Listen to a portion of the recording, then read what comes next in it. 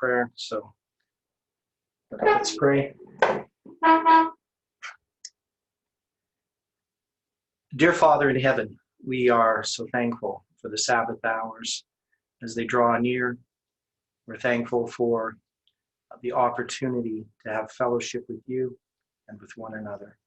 And we invite your Holy Spirit's presence as we study together, as we look at the cross, the significant point in history that is some ways shrouded in mystery. And we just pray, Lord, that as we study together, that we can understand the things that we study. Thank you for each person. Ask for a blessing for each. Help us in our particular needs and struggles in this world of sin and suffering. And help us to cling to you as the source of strength and knowledge and understanding. We ask, Lord, that as we study this topic, that you can enlighten our minds, that you can help me in presenting, and that we can see these things very clearly. And we ask this in Jesus' name. Amen.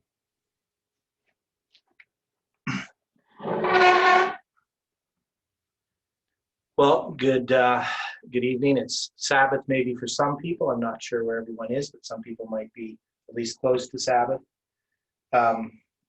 Still a couple hours away here. Well, an hour and a half maybe. And so there was a question that somebody had given me, they'd sent me through WhatsApp, dealing with 31 AD. And I know that I've explained it in various times in various ways, and I'm going to try to do that again today, but in a little bit more, I'm not going to make it as chronologically oriented, even though, obviously it's chronology. I'm not going to try to get down into some of those little details, though I will look at them. But mostly I've presented it chronologically. But I'm going to try to present it prophetically. But first I'm going to present the problems that we have, which many of us know, but not everybody's fully aware of. So before I go to some of these scriptures, just one of the things we know is that we have a period of time, and in this period of time, we're going to have this cross. And the cross of Christ is obviously the center of the gospel. It's the center of a chiasm. And we have, as Seventh-day Adventists, placed the baptism of Christ in 27 AD and the stoning of Stephen in 34 AD.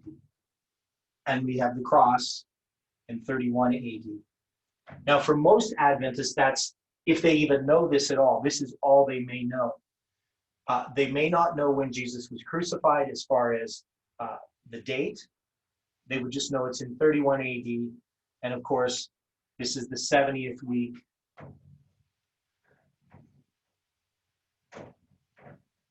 of Daniel's 70 weeks. And then they would put this as 3.5 years.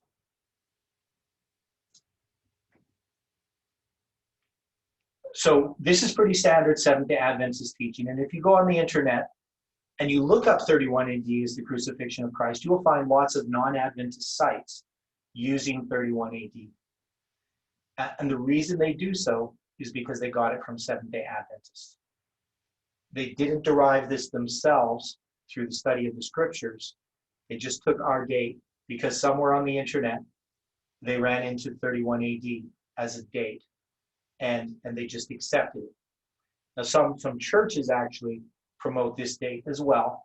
And some of them are connected slightly with Adventists, and they might share a similar date, a similar chronology.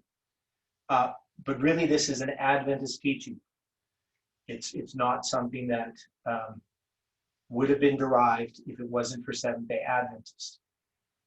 Now, most Christians are going to, in this long scheme of things, either pick 30 AD or 33 AD. And the reason for doing so has to do with their understanding of how the calendar works. And 30 AD, if you use the biblical calendar, works out well. 33 AD doesn't, and we're just going to look at that. So there's disagreements, even people who take these dates. Now, so this is the problem, is we have this date, 31 AD, and I'm not going to go through all the proofs because this would take a long, long time.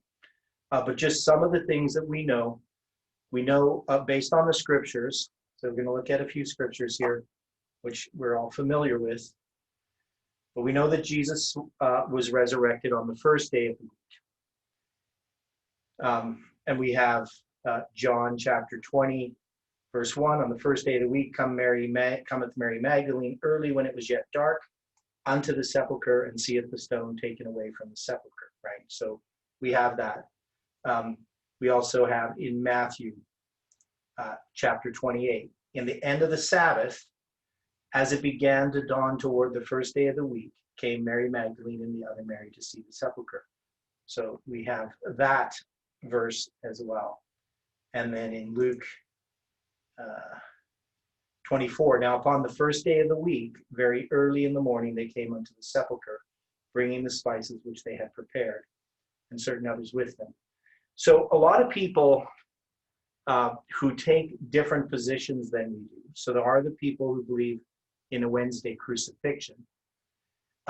What they will do is they choose Wednesday as the crucifixion date for a number of reasons.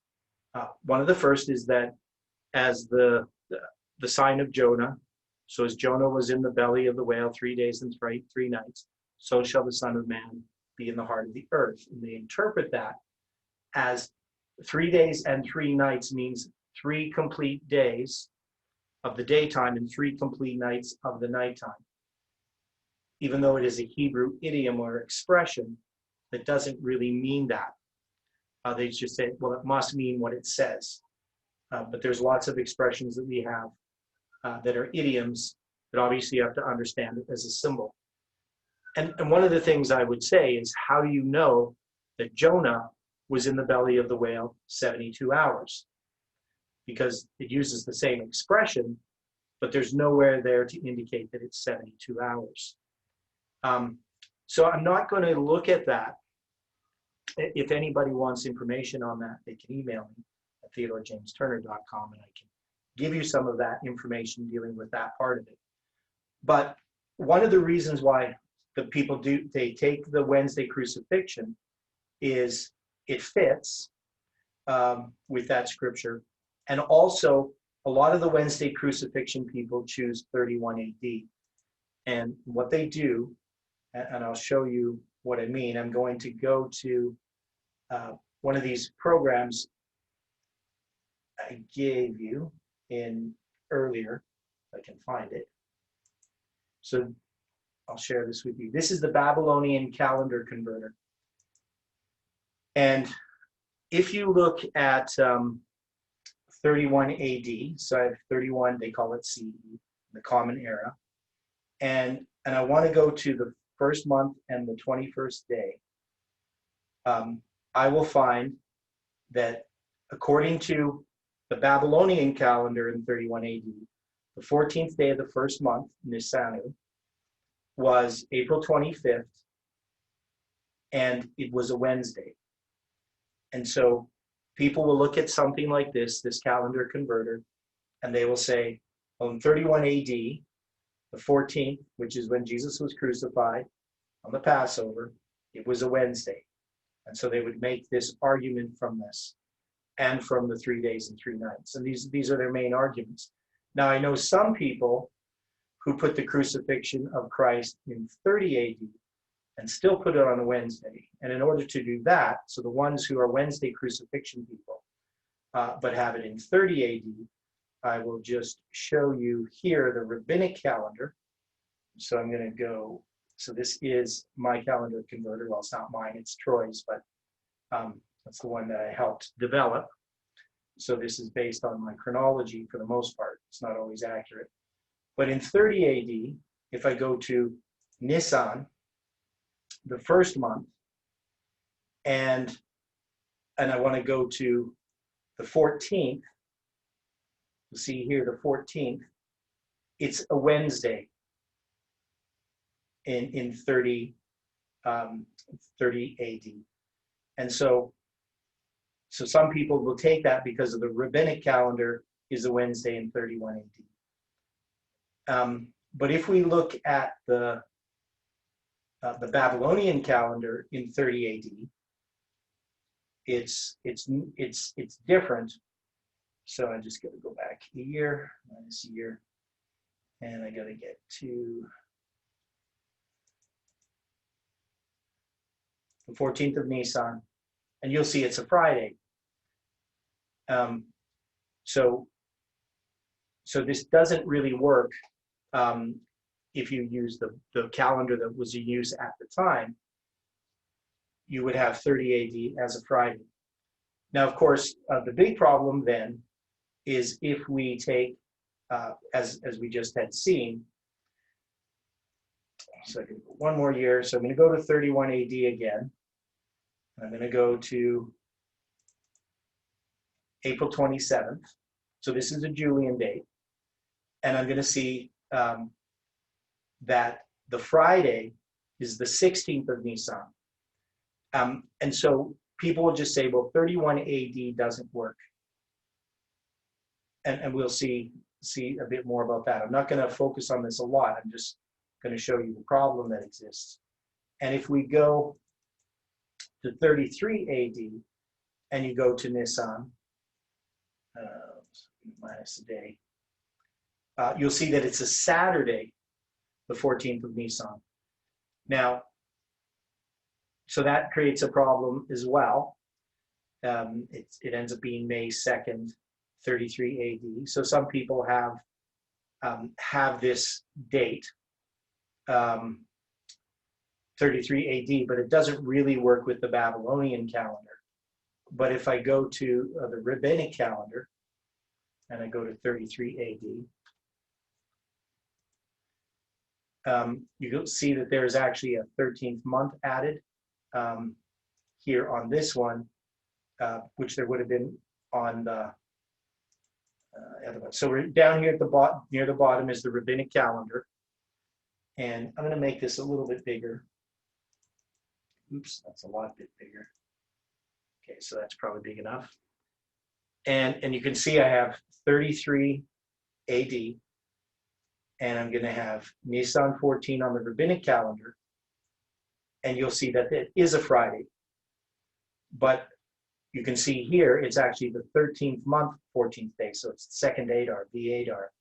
And the Babylonian calendar does the same thing. Obviously, it has it on May 2nd, if you do it on the 14th of Nisan. So some people use the rabbinic calendar, and they have 33 AD.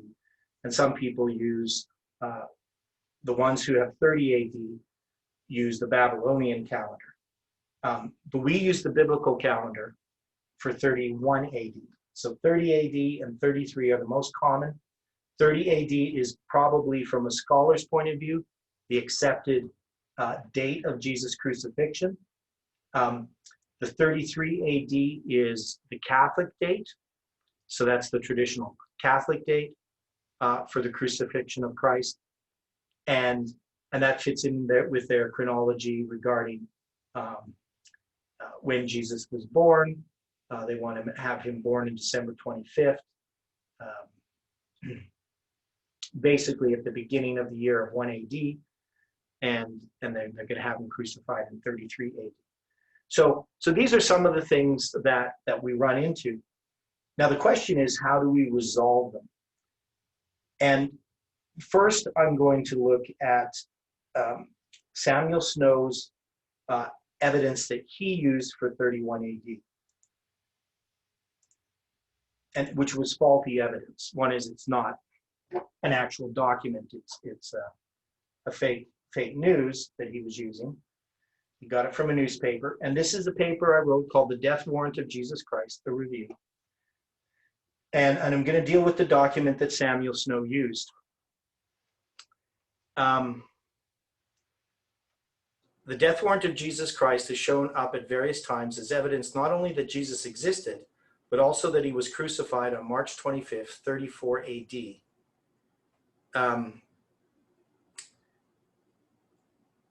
In the case of Millerite history, this document was presented by Samuel Snow in a letter that was published in the Midnight Cry of May 2nd, 1844, as evidence that Jesus was crucified in 31 AD.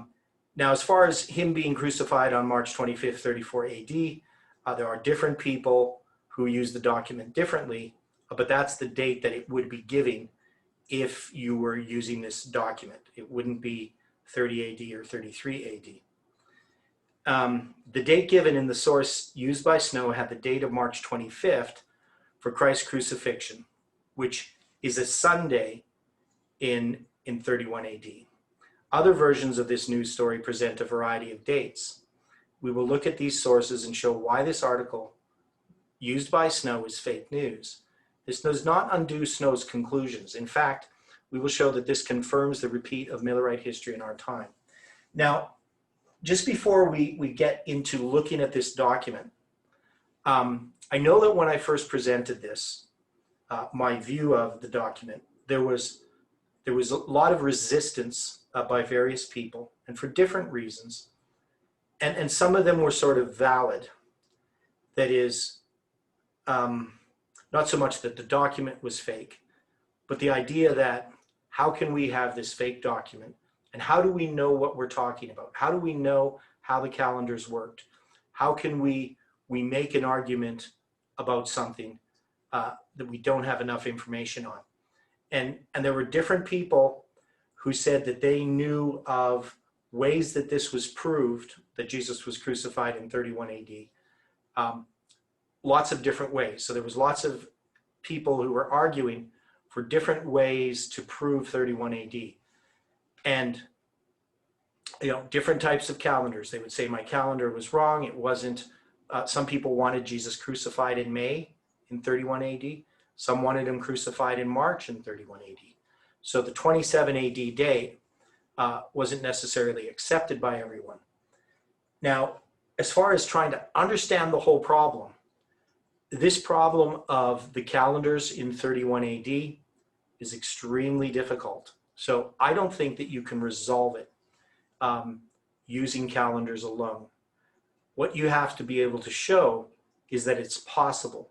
That is, you have to show that 31 AD crucifixion was possible, and that if it did occur in 31 AD, it would have been on a Friday, and it would have been on April 27th. Because if it's possible that it's in 31 AD, if you place it in 31 AD, you really only have one choice. Now, and we will see that. But so anyway, we know that there are different dates, and I don't want to get bogged down by this too much. But this death warrant is an interesting paper. We don't know its origin.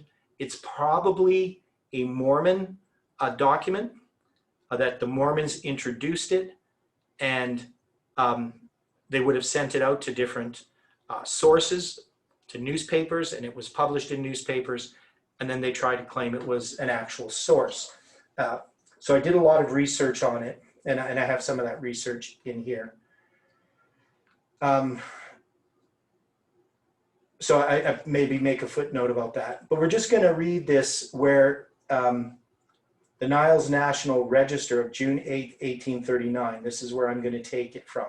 So I don't know exactly, but this seems like the one that would have been the source, or one of the earliest sources that Samuel Snow had. So I'm just going to share this on the screen here.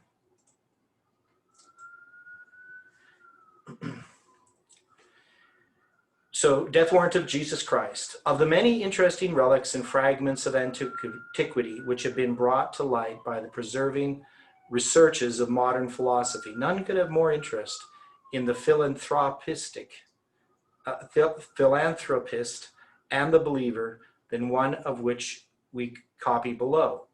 Chance, says the Courrier des États Unis, however you pronounce that. So this is a French newspaper that actually exists in New York. And I looked through their archives online. There doesn't seem to be any trace of this. So they take this article, though, from there. Chance has put into our hands the most imposing and interesting judicial document to all Christians that ever has been recorded in human annals. That is the identical death warrant of our Lord Jesus Christ.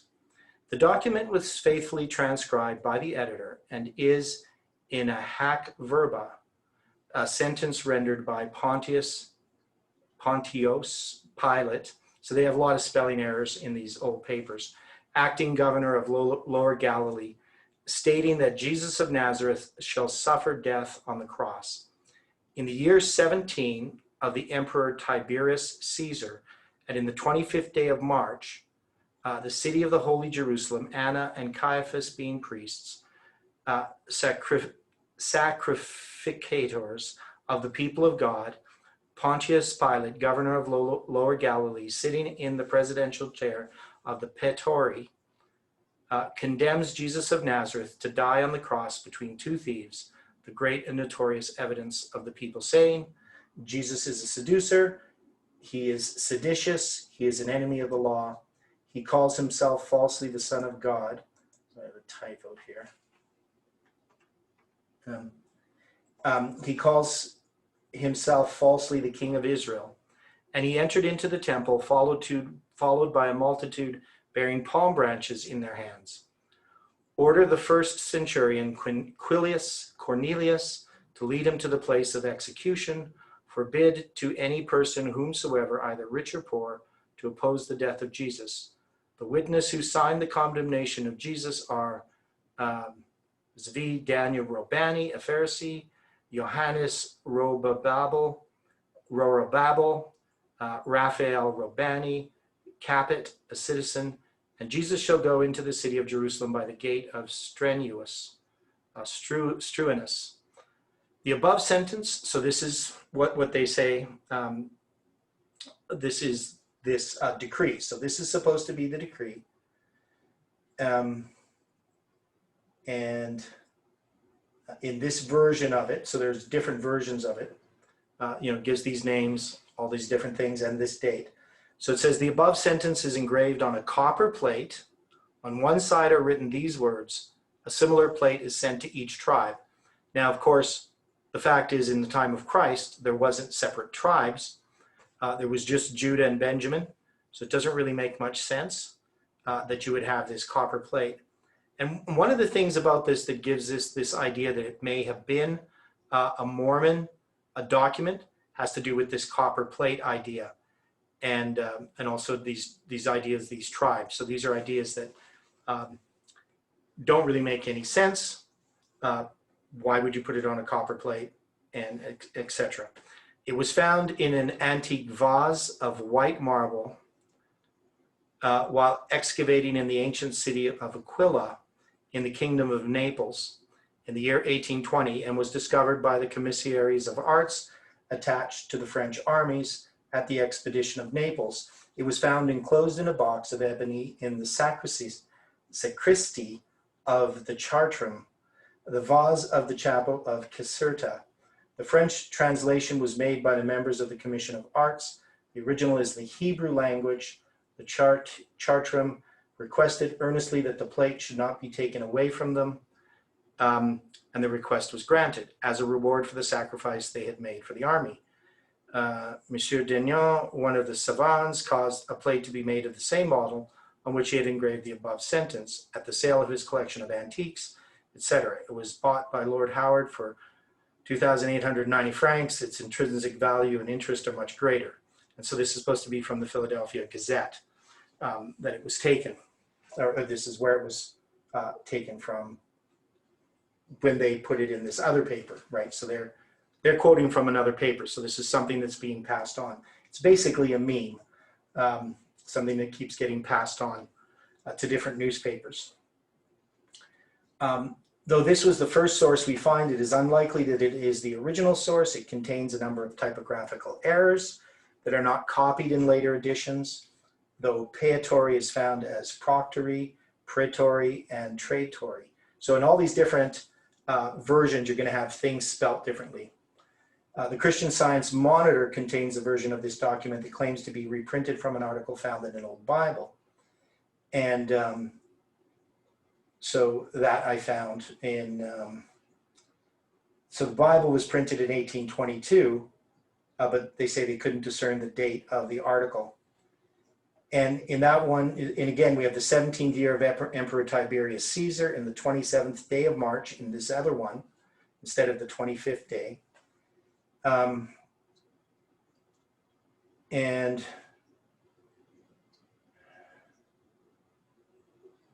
so the fact that the document has the date March 27 is an indication that it is a later source.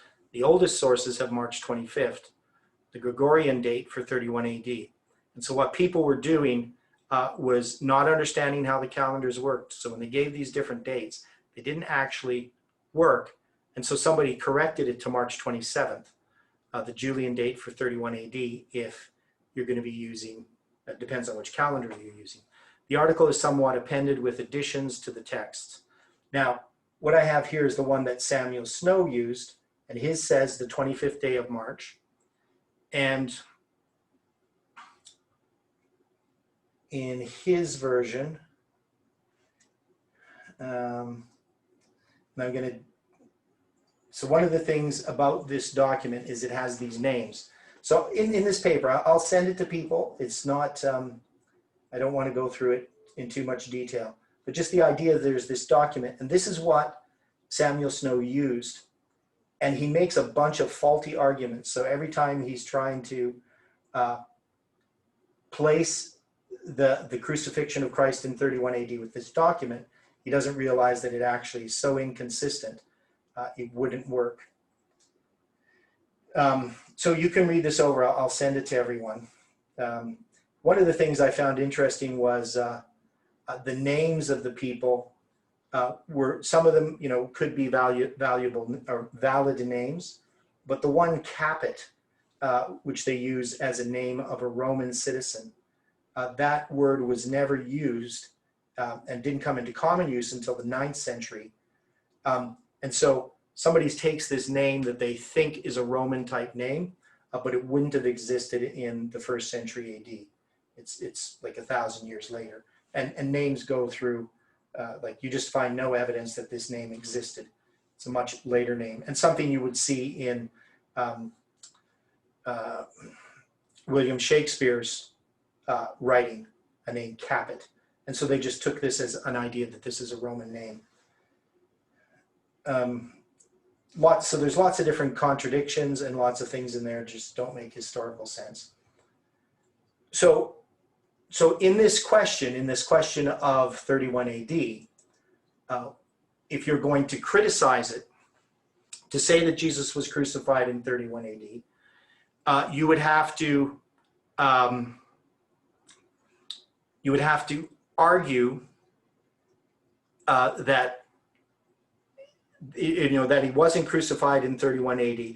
But if you're saying that he was crucified in 31 AD, you would have to make an argument that somehow the Millerites got the date correct, but they had a bad source. And of course that is possible. God has done this at other times in the Millerite movement, that they got the right date for the crucifixion. Now,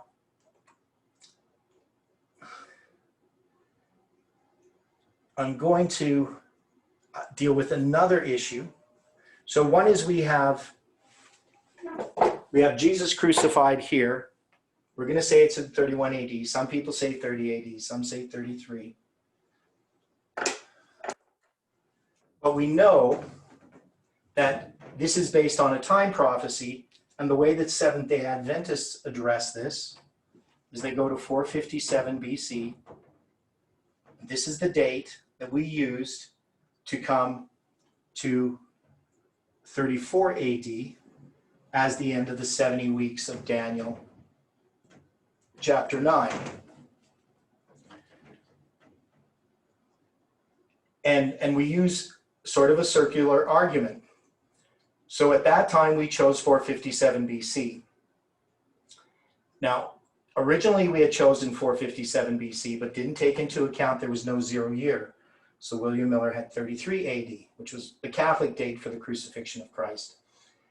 And he had Jesus born in 1 AD, right? So he didn't really think through the details of the chronology of how to count years.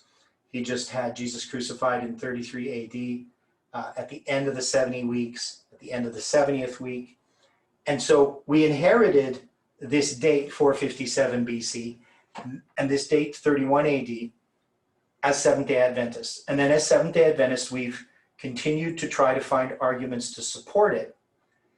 And of course, as time has gone on, the arguments that we were using, many of them were found to be weak arguments. It doesn't mean that they were wrong, but they're just weak. And that most of the evidence, on the preponderance of the scholarly evidence, the type of evidence that the scholars care about, this became, in the eyes of our leadership and our theologians, a date that was hard to support. And that took a lot of time. And I would say probably it wasn't really until people like Desmond Ford came along that we had people within the church questioning this chronology. Obviously, we had Cottrell and some of these other people as well. And we could even say Prescott, though he doesn't openly attack it in any way that I know of, but he minimizes it. And obviously that opened the door for people to reject this. And we also accepted Protestant education, degrees from Protestant schools and even Catholic universities. And so this came into disrepute. And so the question is, how do we fight this issue? Now, somebody could say that we should just accept that we don't have an argument, we don't have the evidence for it. We can't prove it. And this is sort of the position I took for a long time. As I continued to study it, I realized it was more and more difficult to prove, and that you had to prove other things. Now, we know that we have prophecy. So the main argument that we use has to do with this 70 weeks itself, 457 BC to 34 AD. And so we look at this 70 weeks, which is 490 years, and we just argue that since we had, we argue circularly, so we have 27 AD, and we'll make arguments for 27 AD, and then we'll make arguments for 34 AD, that Stephen must have been stoned in 34 AD, and then we'll make arguments for 31 AD. And we sort of prove 34 AD by 457, and we use each of these dates to prove the other date, but we have no way to prove each of the individual dates on its own. But what we do is we sort of say, well, all these dates, in order for them to work out, this has to be 457. If I make this 458, then I have to make this 26 AD, and I have to make this 30 AD, and I have to make this 33. And then we use arguments of why each of those individual dates are weak. And that's the way that we've done it. And as time has gone on, as I said, it's gotten weaker and weaker as an argument. That is, we don't have anything to bolster this argument. Now, when we discovered the 2520, the 2520 provided us with some chronological information. It gave us this date, 677 BC. And of course, we know that this is going to end over here in 1844. Both the 2300 days and the 2520 years are going to end in 1844. And so what we end up with is we end up with a structure. But in this structure, this date here, we can't prove anything actually happened on October 22nd. That is, so if we look at October 22nd as a prediction that the Millerites made, we know that the event that they predicted didn't occur. Now, we have Hiram Edson, who had a vision in the cornfield. And then we had, of course, the spirit of prophecy, confirming that date after the fact. But as far as anybody looking at the situation, the only evidence we have is the Millerite movement itself. So we go from 1798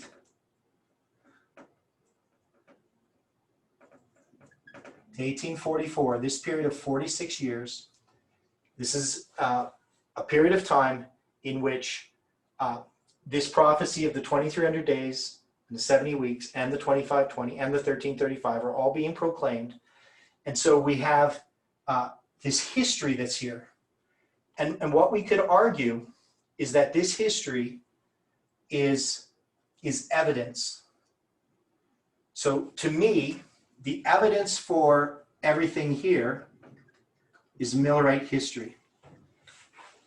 But Millerite history on its own is not enough evidence. That is, we know that they came and this would be a sort of a self-fulfilling prophecy. They make a prediction and they have these dates and they all seem to fit together.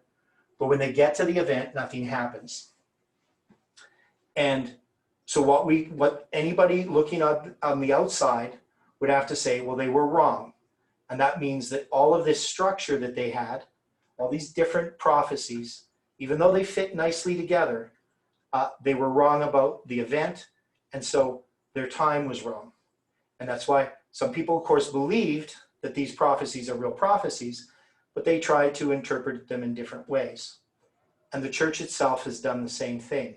We just say, Miller was wrong. He was wrong about the time, but there was truths. God was sort of leading this movement, but all of this was really not real. You know, we can't get these 70 weeks to fit. We can't get the 2300 days to fit. And of course, they already rejected the 2520. So this is the problem that people have. Now, I would say that the answer lies here.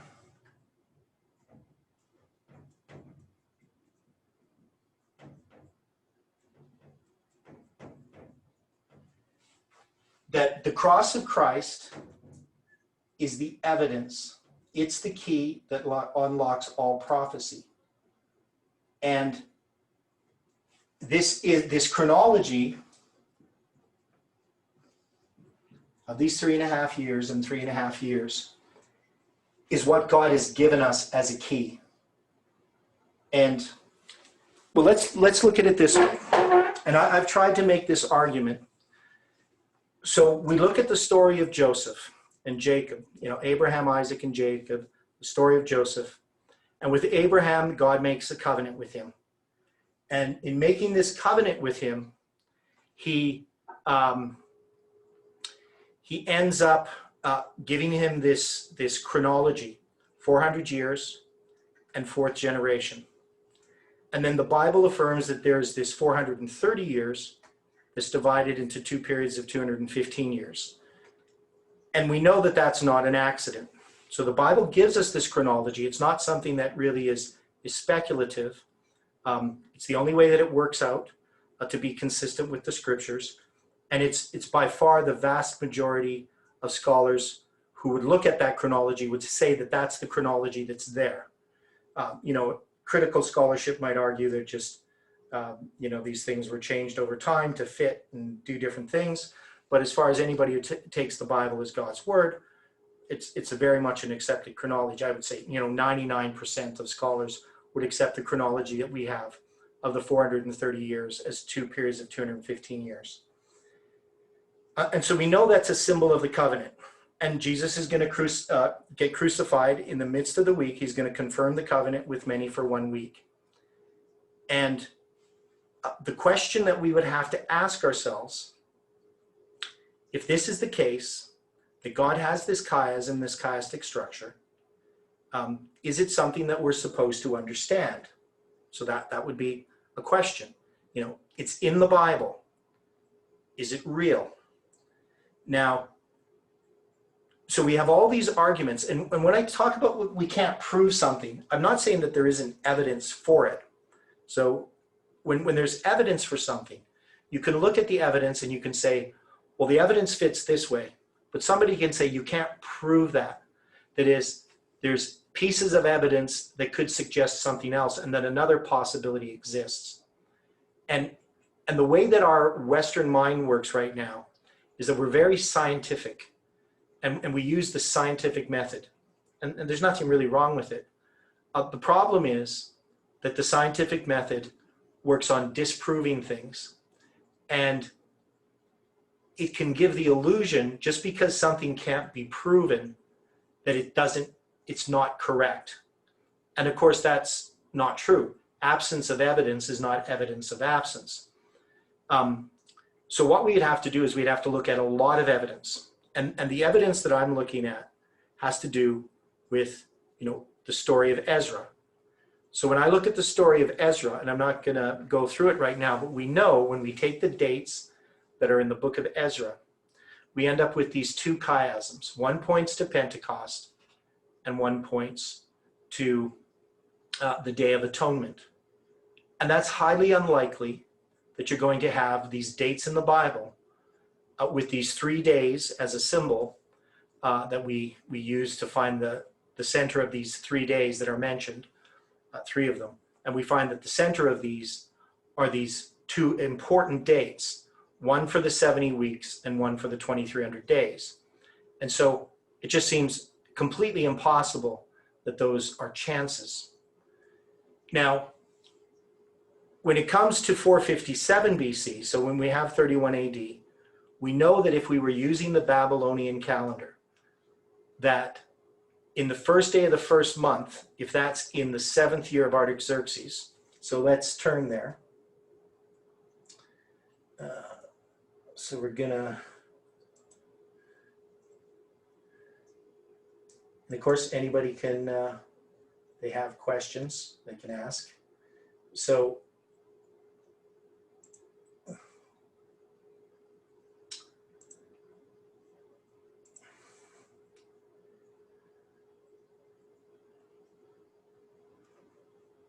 if we go to Ezra, chapter 7, and we know these verses, of course, but it talks about in verse, I'm just seeing here where it first mentions, verse 7, so 7:7.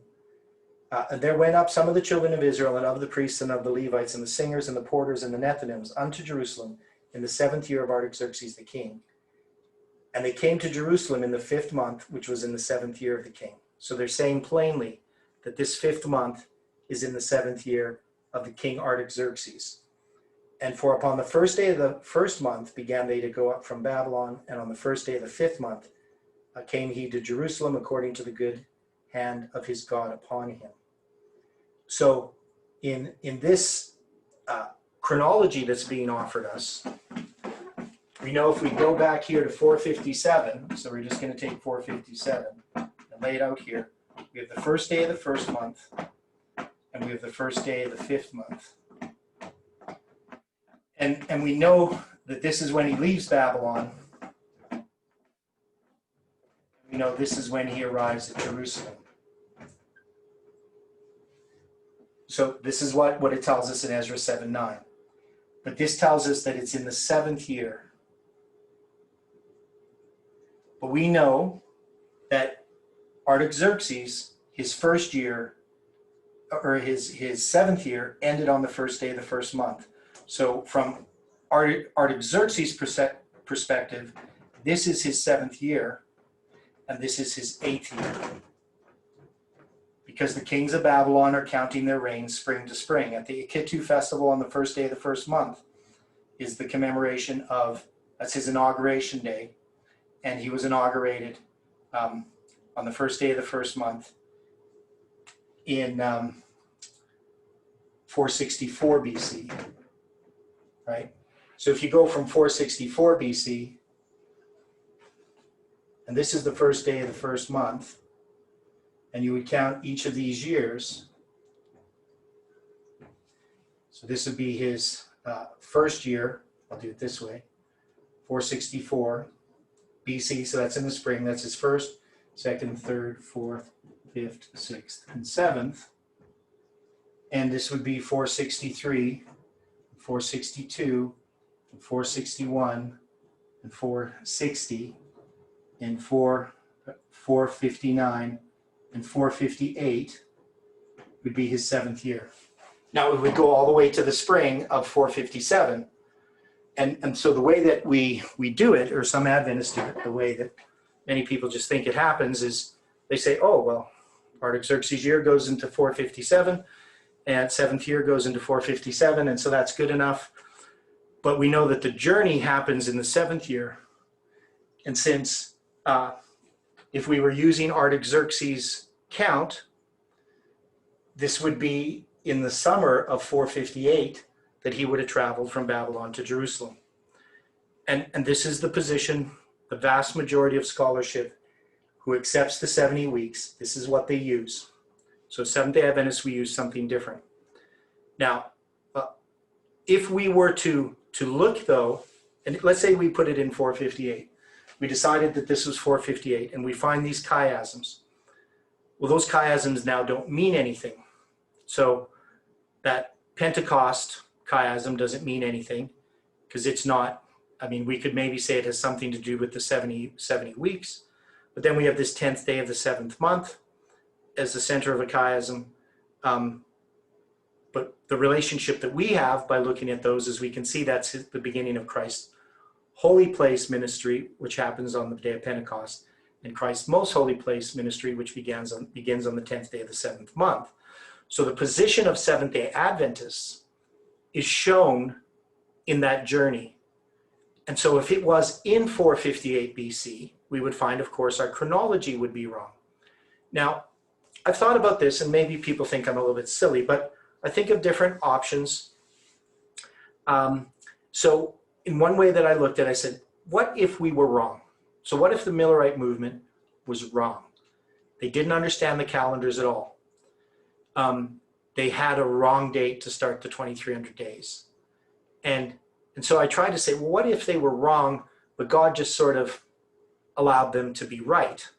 You know, that's the date they came up with. And I've thought that through, and I don't think it's a good argument. And it's sort of the argument of the church. The church kind of takes a position, we were wrong about the chronology, we didn't get it right. You know, we were trying to find this too literally that this prophecy was fulfilled. But God used the Millerite movement anyway, and to teach them something. So to teach them about the sanctuary in heaven and the investigative judgment, if they even accept that. Most just say that God is being judged, right? So that's the new theology idea, is that God was being judged. And we came up with this investigative judgment idea, but it was wrong. And so as time went on, we started to realize that we just studied more and more, and God gave us more light. And so in that idea, you would end up with the new movement, I will call it, that Ellen White says we are not to enter into a new organization. And of course, we know that happened in 1919. And that new organization is what we now call the Seventh-day Adventist Church. We weren't supposed to do that. And that new organization, that's their beliefs. So their beliefs have drifted away from foundational Adventism. But you know, you can think about it in that way, and I've tried to think about the possibilities of all these different things. Does it make sense? But it doesn't make sense. One is because there's just too much evidence. And the key to this really has to do with the 2520 and the 70 years periods, Leviticus 26, all these different things that we've been studying. These are the arguments that I use to prove 457 BC, because I'm saying that the evidence here is Millerite history, and Millerite history is based upon an understanding of 457 BC. And even though we can't prove it, the chronology itself and the events that happened here is the evidence.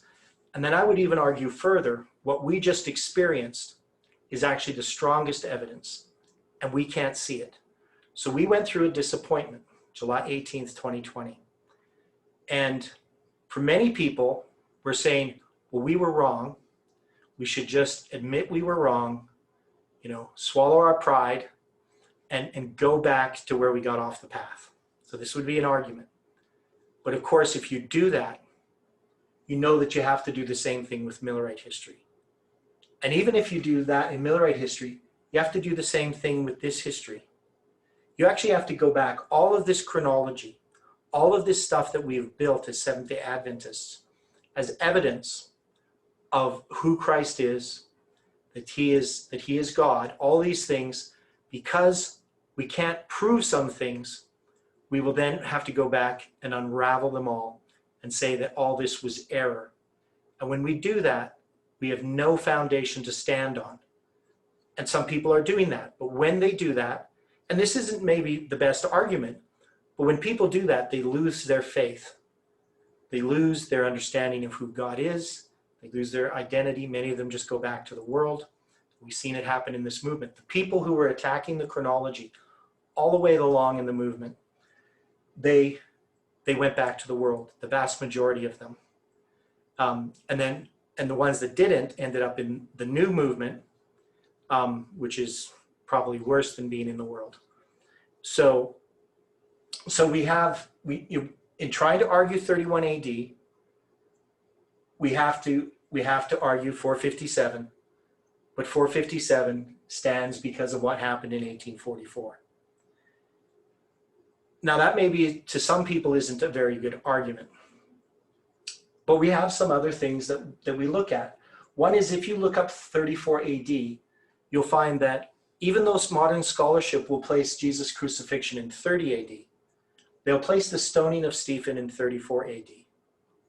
And they have lots of reasons why they do that. I'm not going to go through all those reasons. I used to have this really good quote, but it was in a book where I couldn't copy the text. And so I took a snapshot of it. It was actually in the back of a book. And the guy laid out the arguments for 34 AD on really solid footing. And I researched it, but I somehow lost that snapshot I took of that quote. I'm trying to find it again. And I'm not even sure how I found it. I think it was accidental. I wasn't even looking for it. I just ran across it. But the arguments for 34 AD are probably the most solid out of all the dates that we can argue for. 34 AD is the one that we have the strongest arguments for the stoning of Stephen. And of course, when you read the stoning of Stephen, you can see that that's the close of probation for the Jews. Now, the typical argument for 457, and we've gone through this before, is that we just say that we're using a fall-to-fall calendar, that the Jews in Jerusalem used a fall-to-fall calendar to count the reigns of foreign kings. Now, this is a good idea. The only evidence for it that we can find in the Bible is in let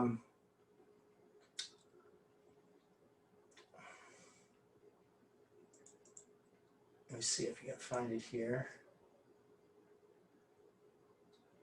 It's in Nehemiah.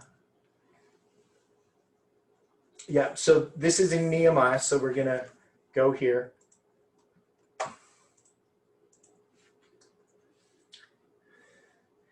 Now the words of Nehemiah, the son of Hilkiah. So this is chapter 1:1.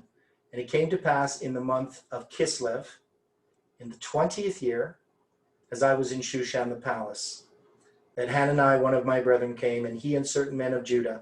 And I asked them concerning the Jews that had escaped, which were left of the captivity, and concerning Jerusalem. They said unto me, the remnant that are left of the captivity there in the province are in great affliction and reproach.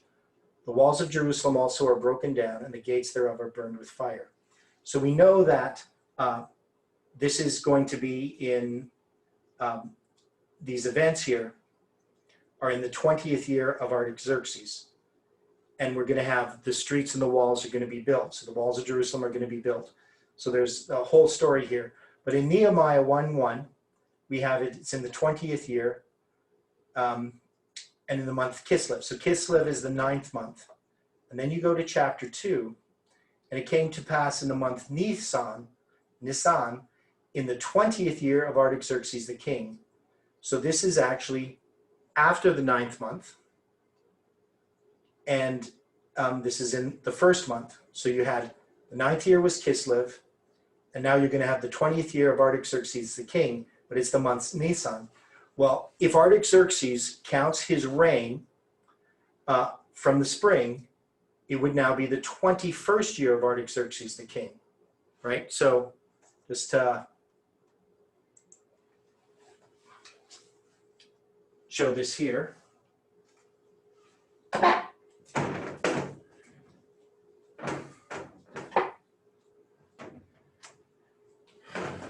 So we know that we have this spring. I'm just going to do it like this: spring, fall, spring, and fall. And Artaxerxes is going to be counting his 20th year, spring to spring. Now in the fall, this is the 7th month, and you're going to have the 9th month here. But in the spring, you're going to have the 1st month. And Nisan's the 1st month. So if he's in the 20th year, and then he gets to the month Nisan, well, this would be the 21st year. But the way that this appears to be is that this 9th year, they're counting his 20th year fall to fall. So we do have a biblical argument, but it's the only one. Now, what most scholars say is there's a typo. They just say, it should have said the 20th, the 1 in 20th year. That's all they say. They just say it was a mistake because you're not going to have the king of Persia, or Babylon in this case. It's Persia, but, you know, because Artaxerxes is the Persian king. You're not going to have this king have this happen. So this just must be a mistake. But it's in the Bible, and so this is the best argument that we have. Now, we've tried to use extra biblical, that is, arguments outside of the Bible, and there are some documents found on the island of Elephantine in Egypt that have double dates. And these double dated documents are easy to date because they have an Egyptian calendar and they have a Babylonian calendar. And the Adventist scholars who are involved in trying to prove that that the Jews counted the reigns of the kings fall to fall, try to use these documents. And there's two documents, Kraline 6 and Kraline 7, named after the guy who had them in his collection. These two documents, if you read them one way, they kind of support that. Most scholars disagree with the Adventist scholars regarding the reading. So even though Adventist scholars try to use these documents, it's not well accepted. So one is because a lot of the other documents can be shown that they're counting the reigns of the kings spring to spring. So it's kind of, to me, it's almost like, it's a moot point because these are Jews in Egypt, and we're arguing from Jews who are actually in Jerusalem. And so the question is, how did Jews in Jerusalem count the reigns? And we're not even sure that these documents are really real Jews. I mean, they're people who are in Egypt. Doesn't really seem to matter. So, but that would be the extra biblical argument. The argument outside of the Bible is these Kraline documents from Elephantine in Egypt. So that's where Adventism stands. In trying to support this, they've used this one biblical argument and this one extra biblical argument to try to support the idea that we can count the reigns of the kings fall to fall. Now, I would argue that we can't prove it. That is, even though we have this date in Nehemiah, we have an instance in the 20th year of Artaxerxes where it's counted that way. That's not proof. It is evidence, but it's not proof. So somebody could argue that we were wrong, but what they're doing is they're making a faulty argument. When you have evidence for something and you can't prove it, that person also has to prove that you are wrong. That is, the burden of proof exists on both sides of an argument. Both sides have the burden of proof. What you can say is that it's a possibility. But in and of itself, if it's a possibility, that can't be proof. Just because something is possible doesn't mean it's true. Now, I want to deal with the Friday crucifixion part of this. If you look on the calendar converter that Troy made, so I'll share this again. And I've shown this before, and we go to 31 AD, and we go to the date that the Adventists have used is April 27th, 31 AD for the crucifixion. And you can see it's Nisan 14 here, but it's the 16th day of the second month on the rabbinic calendar. So the rabbinic calendar is wrong here. But also it would be the 16th of Nisan on the Babylonian calendar. So we would have to argue that now the Babylonian calendar, of course, is a calculated calendar. So I'm just going to go back to this Babylonian calendar. So here we have this calendar. It's a calculated calendar. There's not a lot of evidence, though, that it's accurate. So even though we have this calendar and it's calculated, it's like the rabbinic in that it's a calculated calendar. When we go back and we look at time in the past, unless we have some other way to affirm it, we find that the Babylonian calendar doesn't seem to align in the way that we expect it to. Even with the Elephantine papyri, it seems erratic. It doesn't seem to be something that was well established. So even though they have this calculated calendar that we're using, there's a lot of evidence that the average person wasn't necessarily aware of the calculated calendar. So we have a calculated calendar that can be calculated, but people actually went by observation. So in the time of Christ, we would know that they're going to go by observation when they're looking at their moon. But the rules regarding determining how we determine which day is the beginning of the year, those rules aren't written down somewhere. We know at different times they use different rules. And also they're being influenced by the people around them. So how you're going to determine when the month is, you can take rabbinic writings from 400 or 500 years after the time of Christ that tell you a bunch of things about how the calendar's done, or even writings from 800 years or 1300 years. When you look at these writings, they have a vested interest. They have propaganda reasons why they're saying what they're saying. That is, they may say that these are traditions, but you can go into the rabbinic writings, you can go into the Mishnah and the Talmud, the Babylonian and Jerusalem Talmuds, which are commentaries on the Bible, on the Torah, and then you have the Mishnah, which is commentary on the Talmud, right? So you have these writings, but people have agendas. So people say things that they know aren't true, or can't be proven, or they just made up to win an argument. And so there's a lot of contradictions in that history. And one of the things they were fighting against, especially later on in the Mishnah, is against, and in later rabbinic writings, is against the Karaite Jews. So there was a controversy about the calendars. And so people overstate their position, they make up some facts, they contradict themselves to try to win arguments.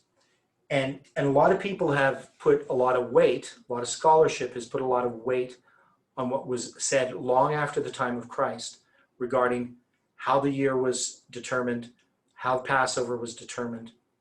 And I would argue that either God led this movement, led Seventh-day Adventism with the correct chronology, and has led this movement with the correct chronology, or God hasn't led us at all. I don't think we could make an argument, and I've thought about this my whole life as a Seventh-day Adventist. If you can attack with good reason to show that Adventism can't possibly be correct, the best way to do it is to attack the chronology. The problem about attacking chronology and attacking dates is that you can always attack things, but you now have to build something up that's going to be consistent.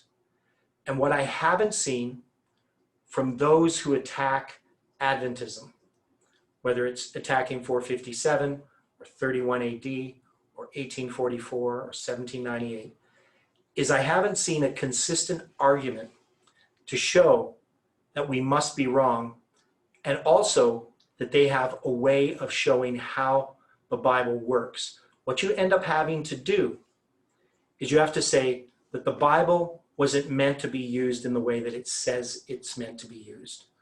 That is, we're not supposed to understand these things. We're not supposed to count the time. We're not supposed to look at these dates. They're just symbolic numbers and they don't mean anything in reality. Now, if you take that position, you have a completely different perspective of the Bible, and it undermines the Bible all the way through.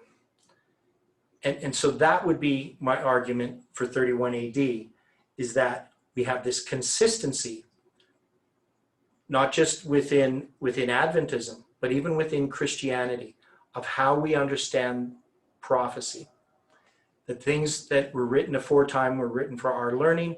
Jesus says, I've told you these things before they come to pass, that you may believe that I am he. And that prophecy, all the things in the Bible, are there for a reason. Now, if you take a position like the 1260 days are just a symbol, and that we shouldn't look for them to be any period of time like 1260 years, if you make that argument, you're on a completely different ground than Adventism. But many Adventists make that argument. The 1260 years can't be proven. Nothing can be proven. And when you get down to it, if you use those types of arguments, you really have to accept evolution. You have to accept a bunch of things as being true based upon a thus saith a man and not a thus saith the Lord. So you minimize God's word. So I know this may not, for some people, be the type of argument that they think that I should make. But I think that Adventism has a circular argument to make. And there's nothing wrong with a circular argument if it's based upon the preponderance of the evidence. That is, we have to start somewhere. We have to start with the idea that the Bible is true and that we're supposed to understand prophecy. And if that is true, then prophecy is unfolded in a way that we can understand it. And, the 2300 days and the 70 weeks, if they're true, we can show lots of evidence, not necessarily the chronology itself in all of its detail, but when we look at Daniel chapter 2, and we look at the kingdoms, we can see that this happened. We can look at Daniel chapter 7, and we look at the wild beasts, and we see the details that's added regarding the papacy. We can see that that occurred. When we look at Daniel chapter 8 and the 2300 days, we can see that there's this consistency. Daniel chapter 9, this prophecy of the 70 weeks that points to Christ. And if we argued that those 70 weeks, we can't determine when Jesus was crucified, then what value is that 70 weeks? And if you look at how other people have addressed the 70 weeks, most people just say it's a symbolic period of time, that you don't actually have to start it anywhere. You just have to look at it as some kind of a symbol. Of course, that creates all kinds of contradictions in God's word. And then when you look at the 1260 years, and we see the two periods of 1260 years, the 22520s as well, the one for Northern Israel, the one for Judah, and all these different dates, what we start to do is pile all this evidence. But this evidence is all dependent upon each other, right? That is, they're all connected. And so we create this picture that's all interconnected. And then we have this movement. And this movement takes all these arguments from all these histories, going right back to the chiasm of 430 years and the story of Joseph, and we can connect them all together in this structure. And we can have the structure of the 4-7 times connected with the 2300 days. We have all these different reform lines. And so as we pile up all this evidence, we have to say either all of this is wrong, and it couldn't be manufactured by man. And if you deal with our July 18th prediction, because we take all this evidence, all these arguments, all this methodology that we developed in supporting the 2520, the 2300 days, the 70 weeks, the structure of prophetic chronology. And then you would have to argue that all this stuff that happened in this movement, which was built upon that, it is itself a witness. It exists as something that's impossible to have been designed by man. No man could have dreamed it up. something that goes beyond human comprehension, mathematically impossible. But people argue and say, well, you know, we're just using a mere, what was it, mere coincidence? And of course, it's not mere coincidence. There is such a thing as mere coincidence. Mere coincidences happen all the time. This isn't a mere coincidence. This is something that is structured based on biblical prophecy. And so my argument for 31 AD is all of the things that we have taught and said. That is going to be the strongest argument for 31 AD. The fact of Millerite history and the fact of us repeating Millerite history. So any thoughts on this? I know I tend to go off in these little speeches, but any thoughts about some of these things that I'm saying?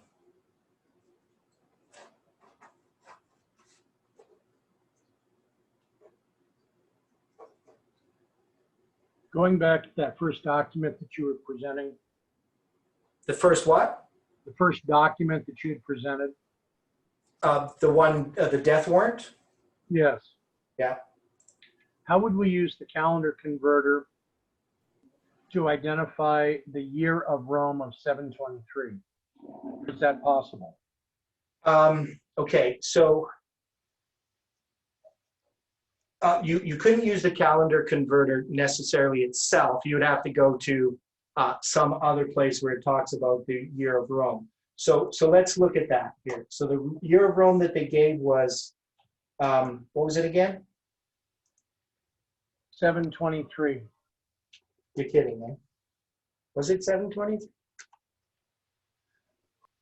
Okay, I'll find it on the page and I'll tell you what page to go to. I think it's 723. That's just too much of a coincidence.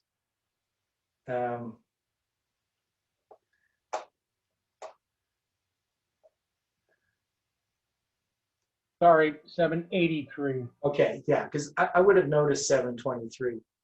That's because that's, you know, that's a symbolic number. So 783.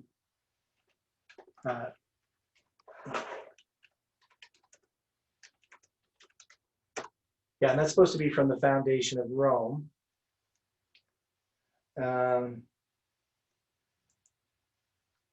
that's going to be our calendar.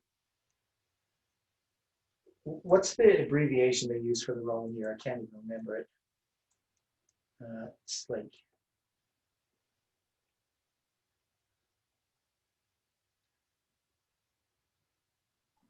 I don't remember. I think it's AUC.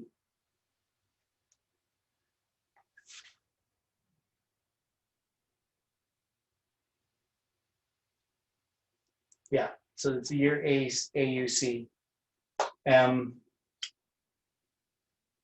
So AD1 would be 753 or 54, right? So 783 would be 29 years after that, and that would put it as 30 AD.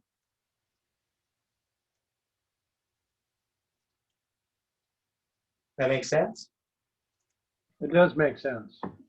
But what's intriguing when you go through this, Yeah. as you were pointing out, in several places this refers to a citizen with the name of Capet, Yeah. but yet on this one page, page 4, it's not Capet, it's Capel. Right, and which is, most of them say Capet, so it could be a typo. So one of the things about these old newspapers, you know, we think of newspapers as sort of like, you know, this sort of official thing that's put out. But these people put out these newspapers are mostly just advertising vehicles. And they're basically like Facebook, except they're not interactive. They're just all kinds of human interest stories, copies from other newspapers because nobody cared about copyright or anything. They just give reference to something. So and some of them are completely fantastical stories that you would read in these newspapers. So they weren't anything like the newspapers I grew up with in the 70s. They're a little bit more like the newspapers nowadays because they're getting worse. But yeah, there was definitely no way for people to verify whether something they read in a newspaper was true or not. but also just lots of typos. So you'll see this story being copied, and you'll see sometimes some things will be corrected. Somebody will recognize that, the copy that they're copying from had a mistake, but sometimes they're just so bad at copying that they just end up with all kinds of typos in these stories. And people are just used to reading stuff with lots of typos. So yeah, so Capel, which of course is not any name. But the point that's interesting, so when we go to this here, Rora Babel, that's out of Babylon, Daniel Robani, a Pharisee, Raphael was not a name that existed until the Renaissance. Now it is Hebrew, but we have no record of anybody ever being called Raphael until the Renaissance period. So, which is kind of interesting. It just sounds like a name that you would, would be a Hebrew name, but it just isn't. And also the gate that he's supposed to go out, no record that any such gate existed. And of course, the northern 10 tribes, the idea of sending it to the northern 10 tribes. Another thing that was really interesting is trying to look up this city of Aquila, which doesn't exist in the province of Naples. There is a city of La Aquila in the province of La Aquila. And the only excavations, because this was supposed to be found in an excavation that we know of occurred there in 1949. We can find no record of any excavations in 1810 when this document was supposed to be found. So it's just one of those things that just, we have the ability to check these things out, but Samuel Snow didn't. And he makes a bunch of faulty arguments with how he looks at the dates. So there, and just like we have here, if it's 783, that would put it in 30 AD, not 31 AD. And sometimes it's just not doing the math correctly. The other part that I was looking at was the fact in that same portion that we're referring to, it refers to the 17th year of Tiberius. Yeah. So does that also match with 30 AD? Well, in the way that people think of the 17th year of Tiberius, yes. So that would match with 30 AD, not 31. So that's part of the problem, though, is how they refer to the king's year of a king's reign is done differently by different groups of people in the same time. And this is one thing that we do know, is that there isn't this consistency because we don't have these calendars. For instance, does anybody know what the longest year in history is? No.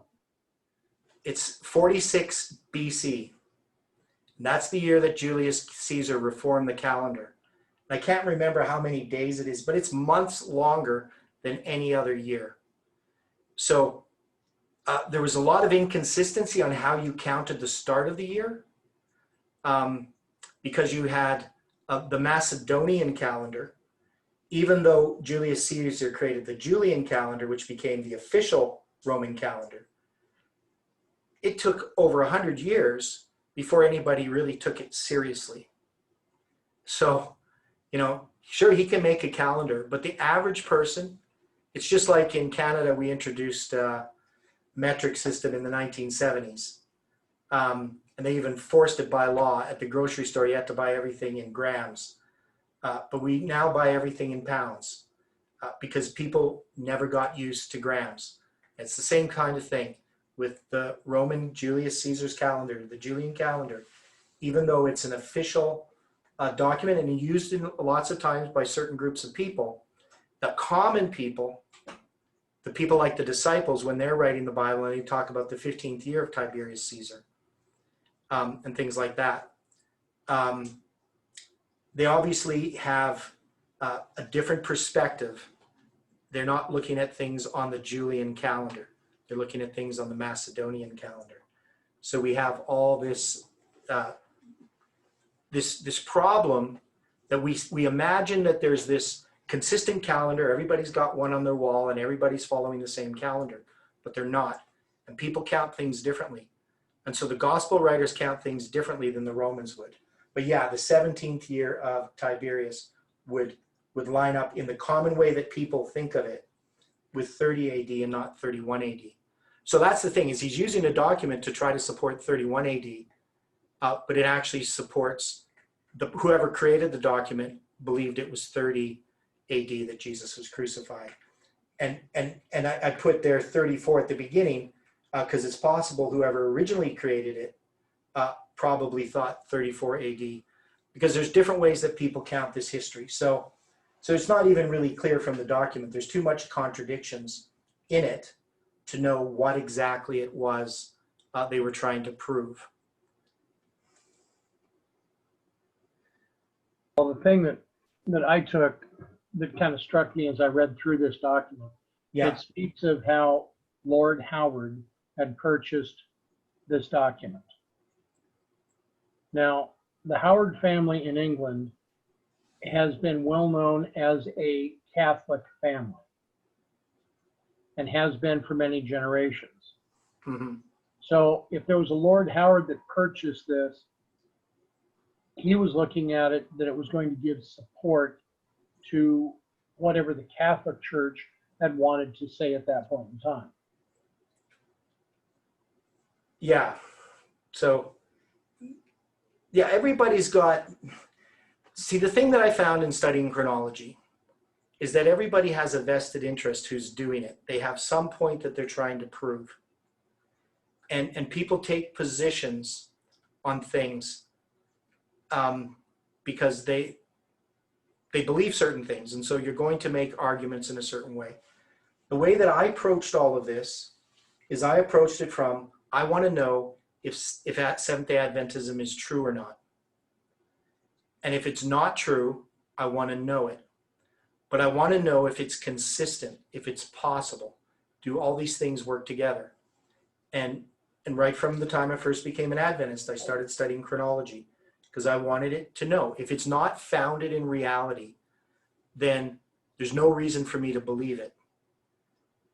Because I'm a subjective creature. I could just maybe feel that it's true. I could be like a Mormon. I just have a burning into my bosom, and I think Adventism is true. But I wanted something objective outside of me, and that's why I studied and approached things. Now, a lot of people who say that they do things scientifically, you know, people like Desmond Ford who ended up rejecting Adventism, you realize that as you look at his writings and you look at his arguments weren't really about wanting to find truth. His argument was to support his beliefs. And his beliefs, he was a person who was challenging the orthodoxy. And it was really about him, not about what truth was.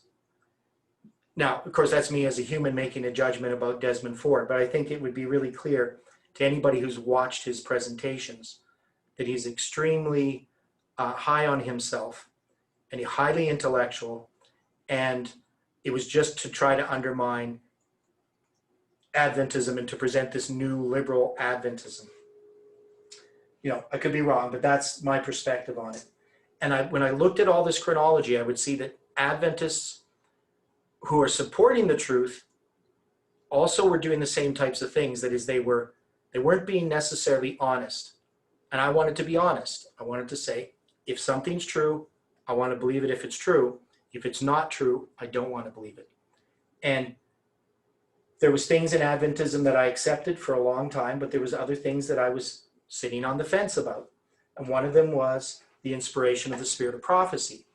And it was actually my study of chronology that convinced me that Ellen White had to have been inspired, because she notices details that nobody else notices in chronology, and that you couldn't put together that type of chronology by copying other people.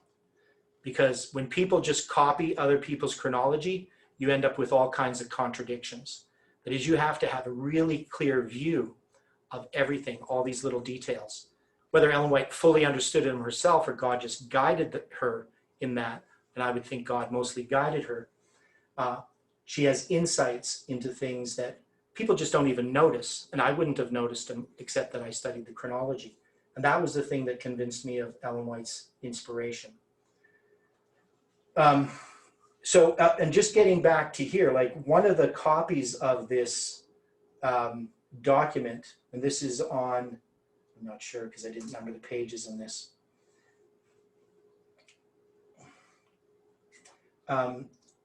Where this is from another British press. So the British press, when they had this in 1871, they have this decree of Pontius Pilate, and they have him that he shall be taken tomorrow morning, the 23rd days of the Ides of March, to the usual place of punishment under the escort of a company of the Praetorian Guard. The so-called kings of the Jews shall be taken out by the Strumian gate. So you can tell that they're using the same source material. I should put that on your screen. But they're much shorter, and they have the 22nd days of the Ides of March, now which really doesn't make any sense, and the year of Rome 783. But this 783 would be 30 AD.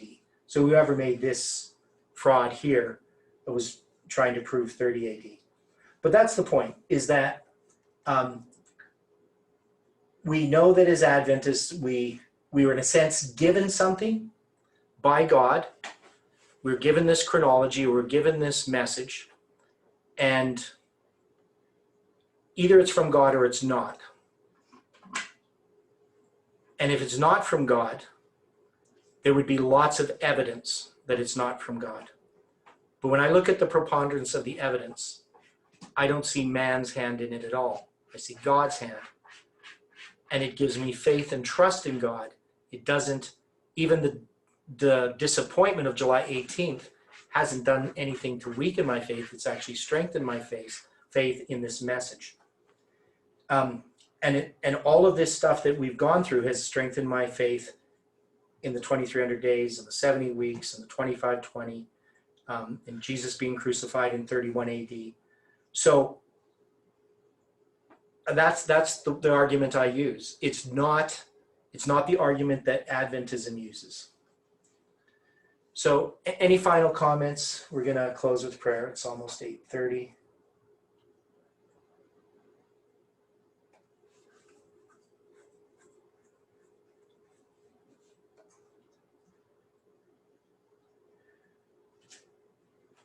So I'm saying the reason why God gave us this message is Adventists are uncertain about the foundation of this message.